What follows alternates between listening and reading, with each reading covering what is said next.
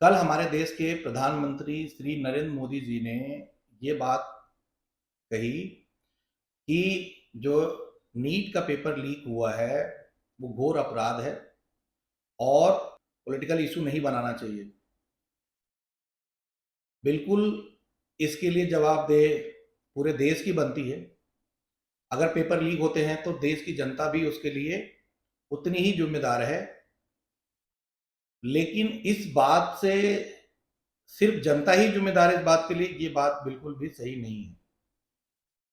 क्योंकि जो नीट का पेपर है वो किसके द्वारा कराया जाता है?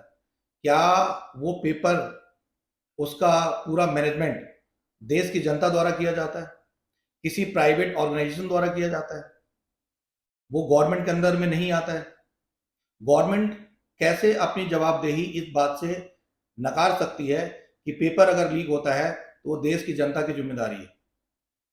बिल्कुल भी देश की जनता की जिम्मेदारी 100% इस बात पे नहीं हो सकती। दोनों पक्ष जिम्मेदार हैं। मैं इस बात को भी मानता हूं कि देश की जनता भी, पेपर अगर लीक्स होते हैं तो हमारे देश की जनता भी उसके लिए जिम्मेदार है। लेकिन सिर्फ देश की जनता ही जिम्मेदार है, मैं इस बात को बिल्कुल नहीं मानता हूं। तो अगर पेपर लीक हुए हैं तो एजुकेशन मिनिस्ट्री, नीट का पेपर ऑर्गेनाइज कराने वाली एनटीए, एनटीए को मैनेज कौन करता है, उसको डायरेक्शंस कौन देता है? गवर्नमेंट, एजुकेशन मिनिस्ट्री देती है। तो एजुकेशन मिनिस्ट्री किसके अंदर आती है? इस देश की सरकार के अंदर आती है। तो government of India is responsible for this miss happening. जनता बहुत बाद में आती है।